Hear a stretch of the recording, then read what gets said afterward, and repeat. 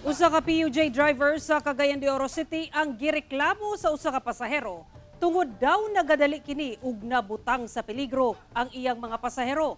Ang maong driver gipatawag na sa buhatan sa LTFRB 10 ug nakatakdang ipailaw sa hearing.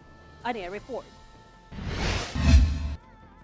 Kini ang post sa usa ka netizen nga nag-viral sa social media ug nakaani og nagkadayang reaksyon gikan sa mga netizen. Ang post nagpakita sa usa ka pampasahirong jeep kung asa gisaysay sa netizen ang iyang reklamo batok sa usa ka PUJ driver. Sigon sa post, dili kuno maayo ang pagtratar sa driver sa iyang mga pasahero. Usa sa gihisgutan ang usa ka tiguang nga pasahero nga naglisod na sa pagsakay. Hinungdan nga may kanaog ang laing pasahero aron alalayan ang tiguang. Apan, may paturatoy kuno pagpadagan ang driver og nabiyaan ang duha. Aduna sab kuno'y pasahero nga manaog na apan gipadali-dali sa maong driver. Among insidente nakaabot gilayon sa buhatan sa Land Transportation Franchising and Regulatory Board Region 10.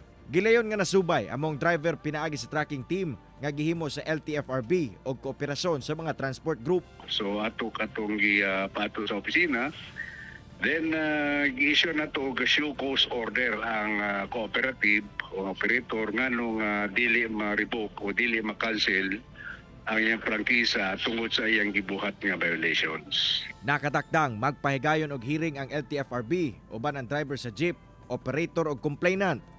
Panawagan sa LTFRB ngadto sa mga PUV drivers, mapa jeep, taxi o bus nga likayan gayod ang dili maayong binuhatan sama niini nga insidente. Imo gyud na i-treat ang imong pasahero in a very convenience manner, no?